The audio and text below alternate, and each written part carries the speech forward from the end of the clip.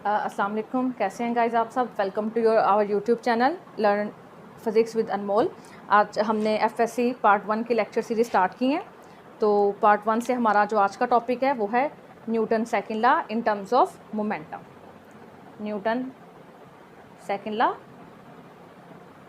In terms of momentum.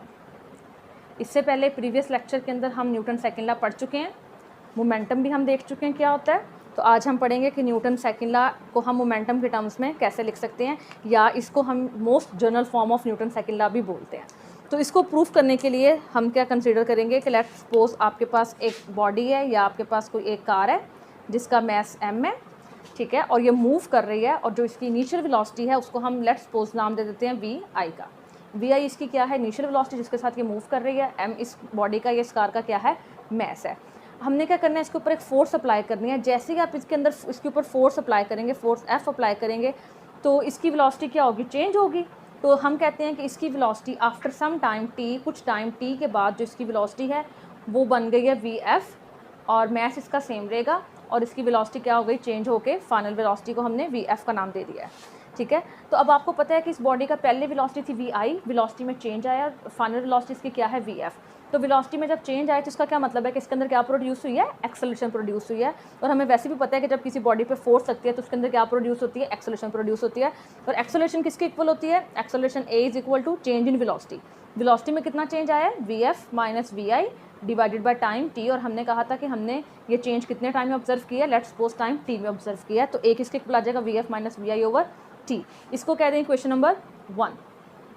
फिर हमने पढ़ा है न्यूटन सेकंड लॉ। इससे पहले न्यूटन सेकंड लॉ हमारे पास क्या था, F is equal to m में। न्यूटन सेकंड लॉ की जो हमारे पास मैथमेटिकल एक्सप्रेशन थी वो थी F is equal to m में। तो हम यहाँ पे लिख लेते हैं, यहाँ से हम निकाल सकते हैं a, F is equal to m में। वेक्टर्स के साइन लगाना नहीं भूल लें, ये वेलोसिटी भी मेरे पास वेक्टर क्वांटिटी, एक्सेलरेशन भी और फोर्स भी। तो यहाँ से अगर मैं a निकालूँ तो a किसके इक्वल आएगा, a is equal to f over m। ये मेरे पास यहाँ से क्या आ जाएगी, एक्सेलरेशन आ जाएगी, और इसको मैं नाम देती हूँ क्वेश्चन नंबर 2 का। अब मैंने क्या करना है, इक्वेशन नंबर 1 और इक्वेशन नंबर 2 को कंपेयर करना है, ठीक है। तो आपको पता है कंपेयर कैसे करते हैं कि अगर इक्वेशन की एक साइड इक्वल है तो दूसरी भी क्या होगी, इक्वल होगी। तो आप देख सकते हो कि यहाँ पे इक्वेशन की लेफ्ट साइड जो सी है a, ये इक्वल है, तो इक्वेशन की राइट साइड भी फिर मेरे पास जो है वो क्या होनी चाहिए, इक्वल होनी चाहिए। तो हम यहाँ पे इसे कंपेयर करते हैं, कंपेयरिंग इक्वेशन 1 एंड 2। आपके पास क्या बनेगा,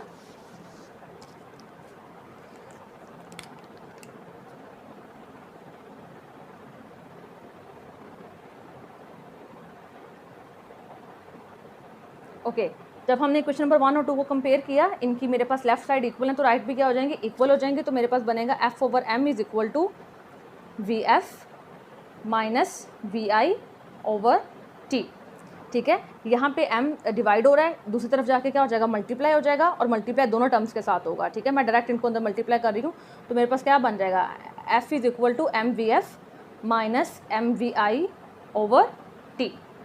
ओके अब मुझे पता है यहाँ पे कि एम वी किसके इक्वल है, मोमेंटम की इक्वल है। और अगर यहाँ पे मैं वेलोसिटी फाइनल ले रही हूँ तो एम वी एफ फिर मेरे पास क्या हो जाएगा, ये फाइनल मोमेंटम बन जाएगा, और एम वी आई मेरे पास क्या हो जाएगा, ये इनिशियल मोमेंटम हो जाएगा डिवाइडेड बाय टाइम टी। तो final momentum minus initial momentum, इनको हम यहाँ पे पी एफ और पी आई से रिप्रेजेंट कर लेते हैं अपनी आसानी के लिए। तो मेरे पास ये चीज़ क्या बन जाएगी, F is equal to P F minus P I over T. P से हमें पता है हम मोमेंटम को पी से रिप्रेजेंट करते हैं, और एफ मीन्स फाइनल, तो पी एफ फाइनल मोमेंटम है, पी आई इनिशियल मोमेंटम है डिवाइडेड बाय टाइम टी। और फाइनल माइनस इनिशियल हम क्या बोलते हैं, चेंज। तो यहाँ पे मैं पी एफ माइनस पी आई की जगह डेल्टा पी भी लिख सकती हूँ। डेल्टा पी क्या है, चेंज इन मोमेंटम, ठीक है। तो delta P over time T. तो ये मेरे पास क्या आ गया है, Newton second law in terms of momentum, ठीक है। तो यहाँ से हम क्या लिखेंगे, न्यूटन सेकेंड लॉ की इन टर्म्स ऑफ मोमेंटम की स्टेटमेंट लिखेंगे। तो यहाँ से आप देख सकते हो कि क्या है, इसको अगर मैंने वर्ड्स में लिखना हो तो कैसे लिखेंगे, change in momentum delta P है, और किसके लिहाज से चेंज है, टाइम के लिहाज से। तो मैं इसको लिख सकती हूँ कि rate of change of momentum of a body, ठीक है, time rate of change of momentum of a body, और ये किसके इक्वल है, अप्लाइड फोर्स के, जो फोर्स हमने अप्लाई की है उसके इक्वल है। तो यही स्टेटमेंट हम यहाँ पे लिखेंगे कि time rate of change of momentum of a body is equal to applied force.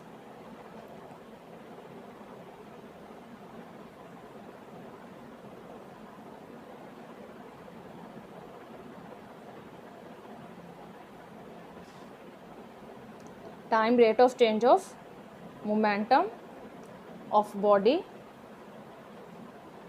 Is equal to applied force, कि जितनी फोर्स हमने अप्लाई की है मोमेंटम में उसी लिहाज से चेंज आएगा।